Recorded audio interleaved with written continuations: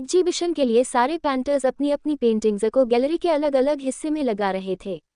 लेकिन आर्या को ऐसा करने की जरूरत नहीं पड़ी, क्योंकि उसकी पेंटिंग पहले से ही एक बहुत अच्छी जगह पर लगी हुई थी, जहां पर आने वाले सभी खरीदार सबसे पहले आर्या की पेंटिंग ही देख रहे थे। एग्जीबिशन शुरू हो चुका था और एक एक करके सारे पेंटर की पेंटिंग की बोली लगनी शुरू भी हो गई थी। जया हैरानी से गैलरी की आखिरी कॉर्नर पर देख रही थी, जहां की दूसरी तरफ वॉशरूम था, लेकिन अभी तक विश वापस नहीं आई थी। जया की गोद में ट्विंकल थी, जो हैरानी से इधर उधर देख रही थी।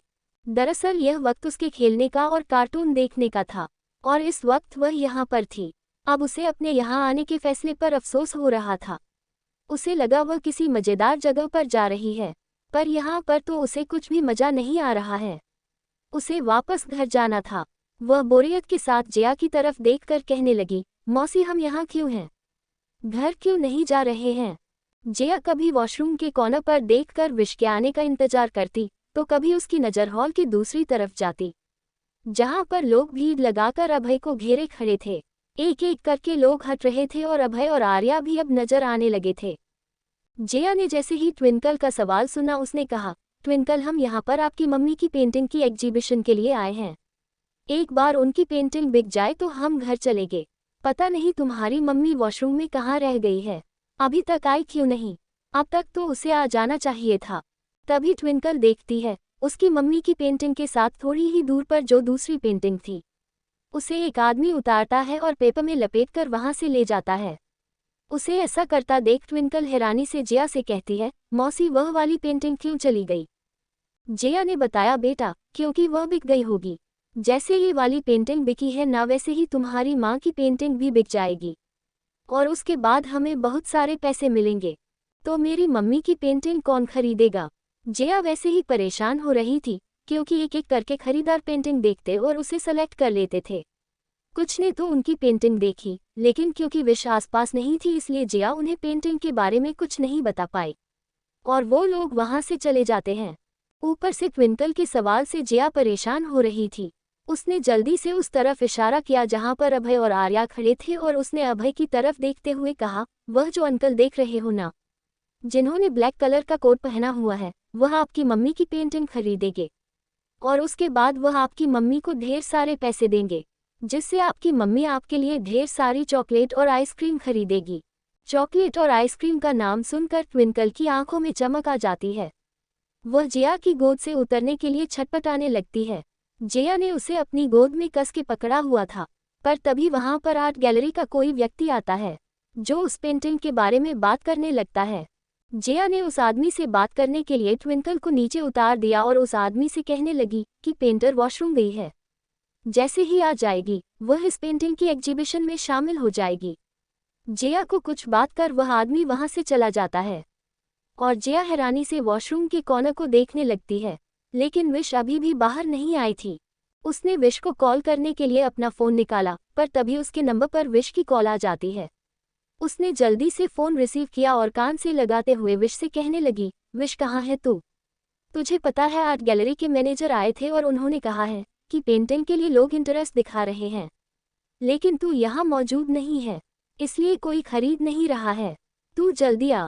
अरे यार मैं कैसे आ सकती हूँ, मेरे पीरियड आ गए हैं और मैं अपने साथ सैनिटरी पैड नहीं लेकर आई हूँ, इसलिए मैं वॉशरूम में फंसी हुई हूँ। अब मैं क्या करूँ, मुझे खुद समझ में नहीं आ रहा है, विश ने कहा। जया जल्दी से अपना बैग उठाते हुए कहती है, ठीक है तू वॉशरूम में ही रह, मेरे पास एक एक्स्ट्रा सैनिटरी पैड है, मैं लेकर आती हूँ। ये कहते हुए जया अपना बैग लेकर वॉशरूम की तरफ चली जाती है। क्योंकि पेंटिंग के पास किसी का रहना जरूरी था, इसीलिए जया जल्दी से विश को बैग पकड़ती है और दोबारा पेंटिंग के पास आ जाती है, पर वह देखती है ट्विंकल यहाँ नहीं है। ट्विंकल को वहां न पाकर जया हैरानी से इधर उधर देखने लगती है। तभी उसकी नज़र हॉल के दूसरे कॉर्नर पर जाती है, जहां पर ट्विंकल अभय से थोड़ी ही दूर पर खड़ी थी। उसे वहां देखकर जया हैरान हो जाती है और तेज कदमों से वहां बढ़ने लगती है। ट्विंकल अभय से 2 कदम की दूरी पर खड़ी थी। वह जैसे ही अभय के पास पहुंचती है, उसका कोट पीछे से पकड़कर खींचने लगती है। अभय को जब अपने पीछे के खिंचाव का एहसास होता है, तो वह पलटकर पीछे देखता है। अपने सामने मासूम सी ट्विंकल को देखकर अभय के चेहरे पर हल्की सी मुस्कान आ जाती है। पर तभी अभय की सिक्योरिटी वहां जाकर ट्विंकल को वहां से हटाने की वाली थी कि अभय ने उसे हाथ दिखाकर रोक दिया। वह घुटनों के बल ट्विंकल के सामने बैठता है और उससे कहता है, क्या बात है बच्चे, आप मेरा कोट क्यों खींच रहे थे? अंकल, आप मेरी मम्मी की पेंटिंग खरीदेंगे ना, जिससे मेरी मम्मी मेरे लिए ढेर सारे चॉकलेट और आइसक्रीम लेगी। आर्या, जो कि अभय से थोड़ी ही दूरी पर किसी दूसरी पेंटर से बात कर रही थी, उसने अभय को किसी बच्चे से बात करते हुए देखा तो वह तुरंत उसके पास आ जाती है। वह देखती है अभय के चेहरे पर एक मुस्कान है और वह कैसे मुस्कुराते हुए एक अनजान छोटी सी बच्ची से बात कर रहा है। अभय ने ट्विंकल को गोद में उठा लिया और उसे देखकर कहने लगा, तो तुम्हें चॉकलेट और आइसक्रीम चाहिए? ट्विंकल, क्या कर रही हो यहाँ पर? चलो अपनी जगह पर वापस चलो, तुम क्यों इन्हें परेशान कर रही हो? जिया जल्दी से ट्विंकल के पास आते हुए उसे देखकर कहने लगती है। अभय जब जिया को देखता है तो उसे लगता है कि शायद यही ट्विंकल की माँ है। लेकिन अगले ही पल ट्विंकल ने चिल्लाते हुए जिया को देखकर कहा, मौसी, मैं बस अंकल से यह कहने आई थी कि मेरी मम्मी की पेंटिंग वहाँ है, वह जल्दी से उसे खरीद ले ताकि मेरी मम्मी मेरे लिए चॉकलेट और आइसक्रीम ले सके। ट्विंकल की बात सुनकर जिया को अब अपने कहे हुए शब्दों पर अफसोस हो रहा था। वह मन ही मन अपना सर पीट लेती है। कहाँ इस लड़की को उसने बहकाने के लिए ये कह दिया, और वह तो सच में अभय देव कोटियन के पास आकर यह सब कहने भी लगी थी। उसने जल्दी से ट्विंकल को अपनी गोद में लिया तो ट्विंकल अभय की गोद से उछलकर जिया के पास आ जाती है। पर इससे अभय को यह पता चल जाता है कि यह लड़की इस बच्ची की मां नहीं है। जिया ने शर्मिंदगी के साथ अफसोस जताते हुए कहा, आई एम सॉरी सर, मैं इसकी तरफ से आपसे माफ़ी मांगती हूँ। बच्ची है, ना समझी में कुछ भी कह दिया इसने।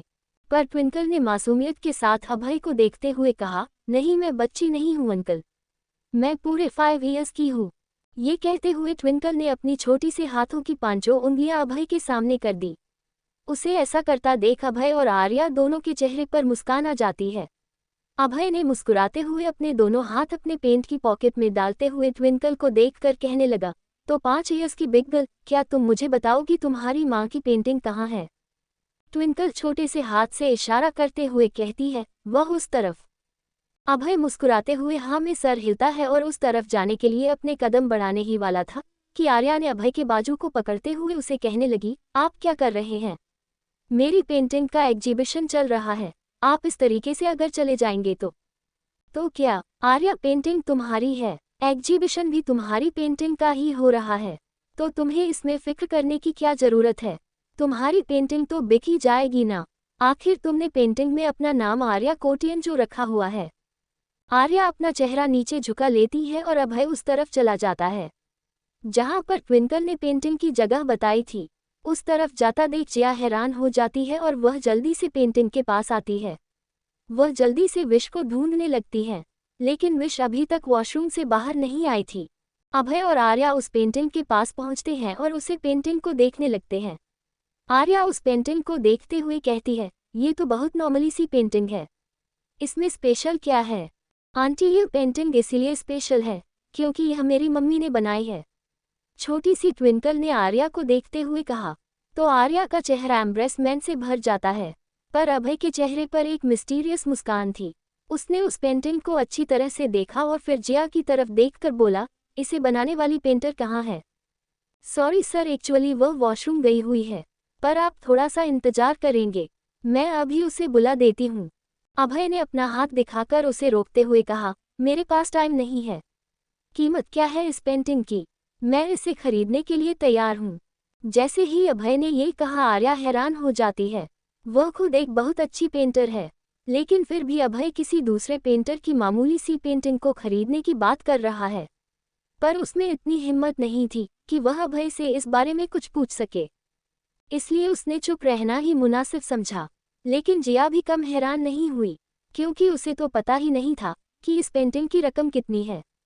वह क्या बताएं? वह जल्दी से विश को ढूंढने लगती है ताकि वह इस पेंटिंग की असली कीमत बता सके। अभय ने जब उसे कुछ न कहता हुआ पाया तो उसने जिया से पूछा, तुम्हें इस पेंटिंग की कीमत नहीं पता है? जिया ने घबराते हुए कहा, सॉरी सर, ये पेंटिंग मेरी नहीं है, मेरी फ्रेंड ने बनाई है और मुझे नहीं पता इसकी कीमत कितनी है। वह वॉशरूम गई है, बस थोड़ी ही देर में आ जाएगी। अभय अपने कोट के जेब में हाथ डालते हुए कहता है, मैंने पहले ही कहा है कि मेरे पास टाइम नहीं है।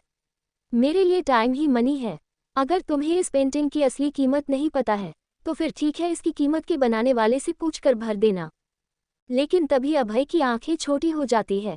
उसने अपने कोट की जेब में चेक किया तो उसका चेकबुक वहां मौजूद ही नहीं था। वह थोड़ा हैरान होता है और फिर याद करते हुए आर्या को देखकर कहने लगता है, मैं शायद अपना चेकबुक गाड़ी में भूल आया हूँ। तुम्हारा चेकबुक तो तुम्हारे पास होगा ना? आर्या जल्दी से हाँ में सर हिलाती है। तो अभय ने कहा, तो एक ब्लैंक चेक काटकर इन्हें दे दो। जया के हाथों में वो ब्लैंक चेक था और वो हैरानी से उस चेक को देख रही थी। सच में उसके हाथों में वो ब्लैंक चेक था जिसके नीचे आर्या के साइन थे। इसका मतलब उसमें जो भी रकम भरी जाएगी वो रकम सीधे विश के अकाउंट में ट्रांसफर होगी। जया को अपनी आंखों पर यकीन नहीं हो रहा था और उसे अपने हाथों पर भी यकीन नहीं हो रहा था जिससे ब्लैंक चेक पकड़ा हुआ था।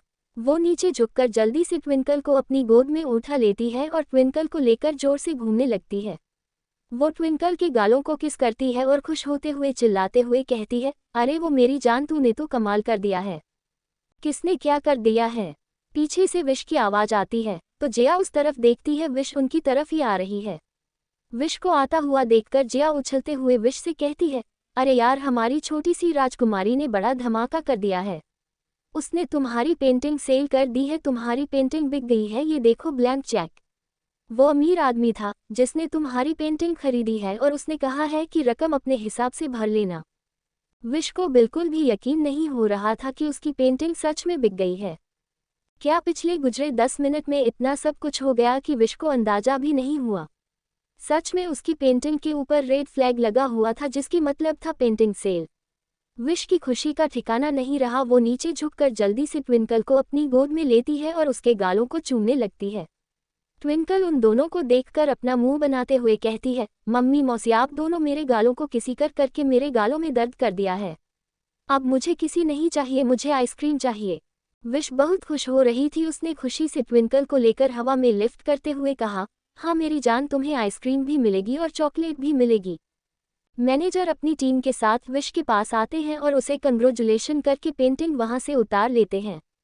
विश बहुत खुश हो जाती है। ब्लैंक चेक का मतलब है कि वो इसमें कितनी मर्जी उतनी रकम लिख सकती है। मैनेजर ने जाने से पहले विश्व को कहा कि पेंटिंग एग्जीबिशन के बाद पीछे गार्डन एरिया में पार्टी की तैयारी की गई है जो सारे पेंटर्स और बड़े बिजनेसमैन के लिए रखी गई है। लेकिन यह एक मास्क पार्टी है तो उन लोगों को पार्टी में आने से पहले मास्क पहनना होगा। मैनेजर साहब के इनविटेशन पर विश खुश हो जाती है और हाँ में सर हिलाती है।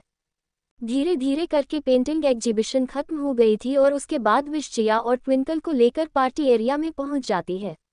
वो देखती है सच में वहां पर मौजूद सब लोगों ने अपने चेहरे पर मास्क लगाए हुआ है। विश भी अपने लिए एक सिंपल सा पीकॉक मास्क लेती है और जया ने भी अपने लिए एक नॉर्मल सा परी मास्क लिया था। लेकिन ट्विंकल उछलते हुए विश्व से कहती है, मम्मी मुझे मास्क पहनना है।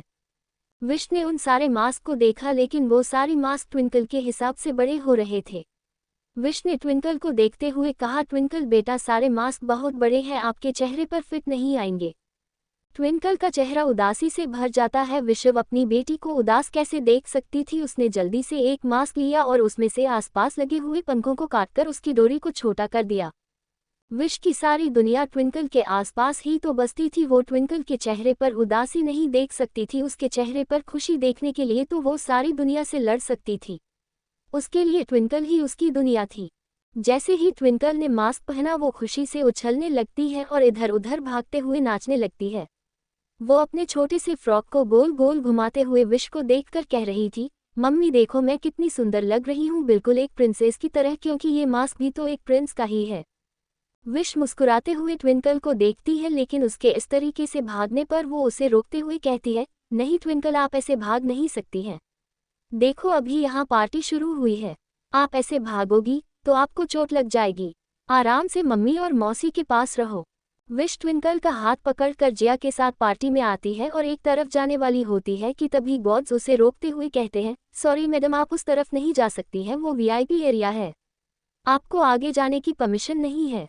विश देखती है कि उस तरफ में सभी बिजनेसमैन और बड़े लोग थे और जहां पर वे खड़ी थी वहां पर नॉर्मल पेंटर और वहां पर आए कुछ नॉर्मल गेस्ट ही थे। विश को इन सब से कोई प्रॉब्लम नहीं थी। उसने अपना सर हिलाया और जया को लेकर दूसरी तरफ आ जाती है। उसने ट्विंकल के हाथ में एक जूस का ग्लास दिया और उसे एक कुर्सी पर बिठा दिया। ट्विंकल अपने मन से पीछे से ही कुर्सी पर बैठकर जूस पीने लगती है, लेकिन उसकी नज़रें सामने वीआईपी एरिया पर टिकी हुई थी। तभी वो देखती है कि वहां पर 2-4 लोगों के बीच उसे अभय नजर आता है, जिसके हाथों में एक ड्रैगन का मास्क था, लेकिन उसने अभी तक उसे पहना नहीं था। वो मास्क उसके हाथों में ही था। अभय को देखकर ट्विंकल खुश हो जाती है। जब अभय उसकी पेंटिंग लेकर गया तो वो अभय को थैंक यू नहीं बोल पाई, इसीलिए ट्विंकल अपने हाथों में जो उसका गिलास लेकर छोटे छोटे कदमों से भागते हुए वीआईपी एरिया के अंदर आ जाती है। पर जैसे ही वो उस गेट के अंदर दाखिल होती है, वैसे ही वो किसी से टकरा जाती है और उसका सारा जूस नीचे जमीन पर गिर जाता है। ट्विंकल रोने लगती है। रोते हुए अपना चेहरा उठाकर देखती है तो सामने आर्या थी। उसके हाथों में भी मास्क था, लेकिन वो बस उसे पहनने ही वाली थी। जैसे ही अपने सामने उसने ट्विंकल को देखा और उसे पहचान लिया। उसने ट्विंकल को उसके कपड़ों से पहचान लिया था। वो गुस्से में ट्विंकल को देखकर कहती है, तुम यहाँ क्या कर रही हो? पता नहीं है कि ये विप पार्टी है? तुम ऐसी पार्टी में यहाँ वहाँ भाग रही हो, अगर तुम्हें चोट लग जाएगी तो। तभी वहाँ पर गॉड्स आ जाते हैं और आर्या को देखकर कहते हैं, क्या हुआ मैडम? आर्या ने गुस्से में उन गार्ड की तरफ देखा और देखकर कहने लगी, कहाँ मर गए थे तुम दोनों? देख नहीं रहे हो कोई भी हमारी पार्टी में उठकर आ रहा है? गार्ड्स जल्दी से सॉरी कहते हुए आर्या से कहते हैं, सॉरी मैडम, वो हम किसी काम से बस कॉर्नर तक गए थे। कोई बात नहीं, हम अभी इस बच्ची को बाहर निकाल देते हैं। कहते हुए एक गार्ड उस बच्ची का हाथ पकड़ता है और उसे खींचता हुआ बाहर की तरफ ले जाने लगता है। उसने ट्विंकल का हाथ इतनी जोर से पकड़ा था कि ट्विंकल के हाथ में दर्द होने लगा था और वो जोरों से चिल्लाते हुए रोने लगती है। विश इस वक्त दूसरे पैंटर्स के साथ खड़े होकर बात कर रही थी, लेकिन जैसे ही उसके कानों में ट्विंकल के रोने की आवाज़ आती है वो हैरान हो जाती है। वो पीछे पलटकर देखती है तो उसकी हैरानी का ठिकाना नहीं था और उसके चेहरे पर गुस्सा उतर आया था। ट्विंकल को खींचता हुआ बाहर ले जाया जा रहा था और वो भी लगाते हुए रो रही थी। जिया भी ये नज़ारा देखकर डर जाती है। जिया और विश दोनों तेज कदमों से उस गार्ड की तरफ बढ़ते हैं। वो जल्दी से गार्ड के सामने जाती है। अगले ही पल विश ने गार्ड के हाथों से ट्विंकल का हाथ खींचकर हटा लिया और अचानक उसने उस गार्ड के गाल पर एक जोरदार तमाचा जड़ दिया, जिसकी वजह से वहां का माहौल अचानक से रुक जाता है और सब लोग घबराते हुए उसे तरफ देखने लगते हैं। लेकिन क्योंकि वो लोग दरवाजे के पास थे, इसलिए वीआईपी गेस्ट को यहाँ पर क्या हो रहा है इस बात का पता नहीं चल रहा था। विश गुस्से में चिल्लाते हुए गार्ड से कहती है, हिम्मत कैसे हुई तुम्हारी मेरी बेटी को किसी जानवर की तरह खींचने की? क्या तुम्हें इतना भी नहीं सिखाया किसी ने कि छोटे बच्चों के साथ कैसे बिहेव करना चाहिए? वो तुम्हारे सामने रो रही है और तुम उसे इस तरीके से खींच कर ले जा रहे हो। गार्ड कुछ कहता उससे पहले ही उसने देखा कि आसपास के लोग उसे घूरते हुए देख रहे हैं। उसे एहसास हो जाता है कि उसने गलत किया है। वो धीरे से विश को देखते हुए बोला, मैडम गलती इस बच्ची की है, यही वीआईपी एरिया में जा रही थी तो हमारी मैडम ने इसे बाहर निकालने के लिए बोला है। मैं बस अपनी मैडम का ऑर्डर फॉलो कर रहा था। कौन है तुम्हारी मैडम जिसे इतनी भी तमीज नहीं है कि छोटे बच्चों के साथ किस तरीके का व्यवहार करना चाहिए? बताओ मुझे कौन है तुम्हारी मैडम, मैं भी जरा देखूं कि ऐसी कौन से रईस लोग आ गए हैं जिन्हें भगवान ने पैसा तो दिया है लेकिन तमीज रती भर भी नहीं दी है। गार्ड घबराते हुए अपने हाथ के इशारे से वीआईपी एरिया की तरफ इशारा करता है और आर्या की तरफ अपनी उंगली पॉइंट करता है। आर्या अपनी सोसाइटी की कुछ औरतों के साथ मिलकर वहां पर हंसी मजाक कर रही थी और बातें कर रही थी। उसका चेहरा इस वक्त दूसरी तरफ ताबिश को उसकी पीठ नजर आ रही थी। नीचे ट्विंकल जोर जोर से रोए जा रही थी। विश्व ने ट्विंकल को अपनी गोद में उठाया और जिया के गोद में देते हुए कहा, इसका ख्याल रखना। वो गुस्से में तेज कदमों से वीआईपी एरिया की तरफ बढ़ जाती है। गेट के पास खड़ा दूसरा गार्ड विश को रोकने की कोशिश करता है, पर वो उस गार्ड को धक्का देकर अंदर चली जाती है। वो सीधे आर्या के पीछे खड़ी हो गई और विश आर्या की कलाई पकड़कर एक झटके से उसको अपनी तरफ पलट दिया।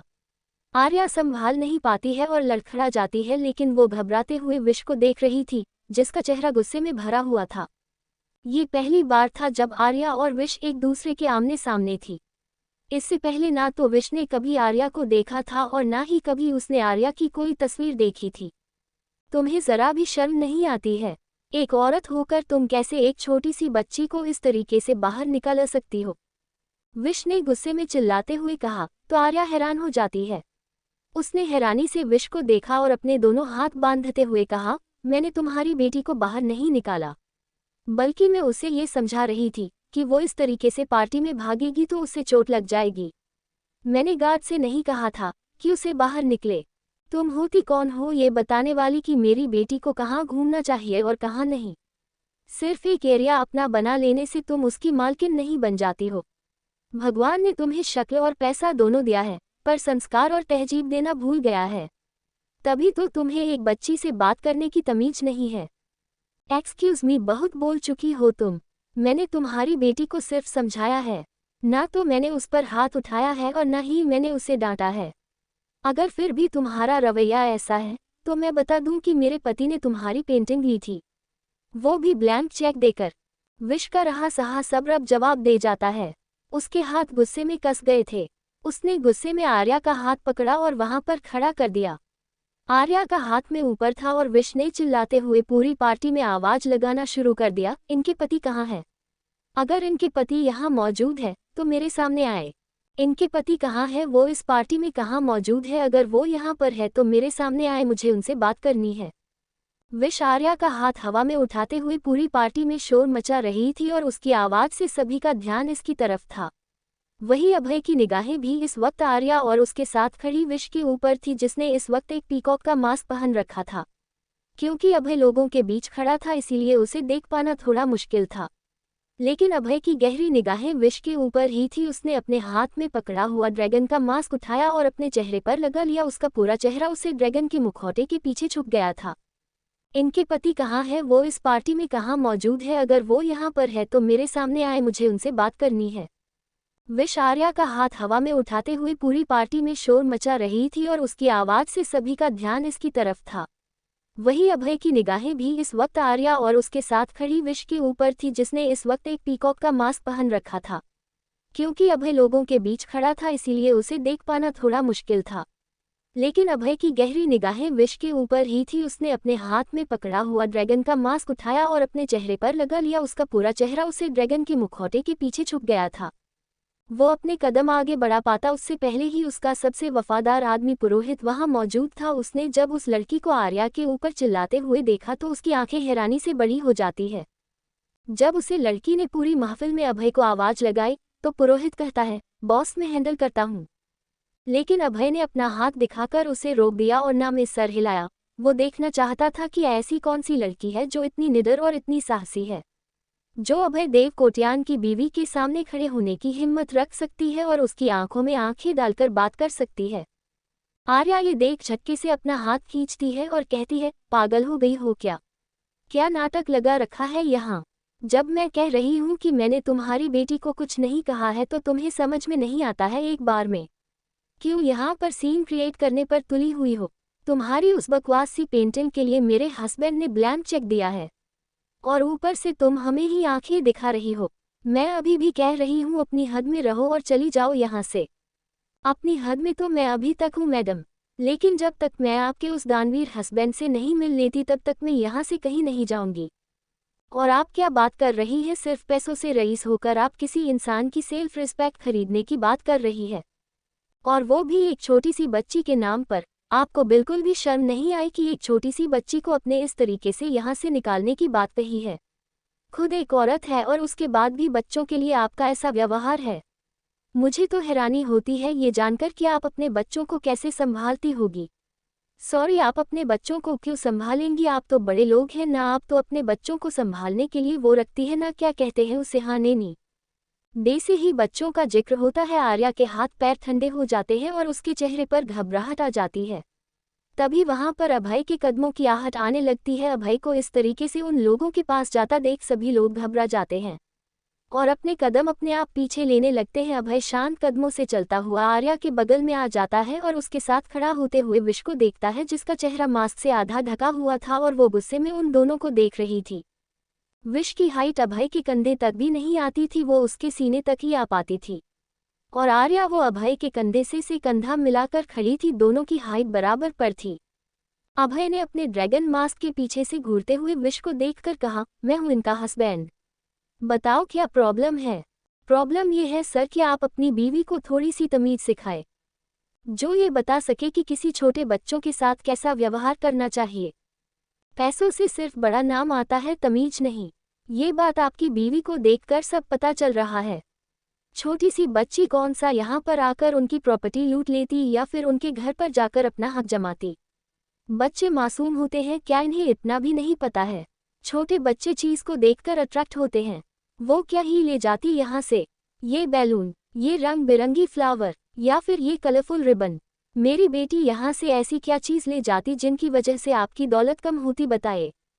अगर इतना ही इसे पता होता तो आज इसकी अपनी औलाद नहीं होती। अभय ने एक सपाट लहजे में ये कहा और उसकी बात सुनकर आर्या की आंखें एकदम से बड़ी हो जाती है और उसकी आंखों के किनारे में आंसू आ गए थे। उसने हैरानी से अभय की तरफ देखा और पार्टी में मौजूद सभी लोगों की आंखें हैरानी से बड़ी हो गई थी।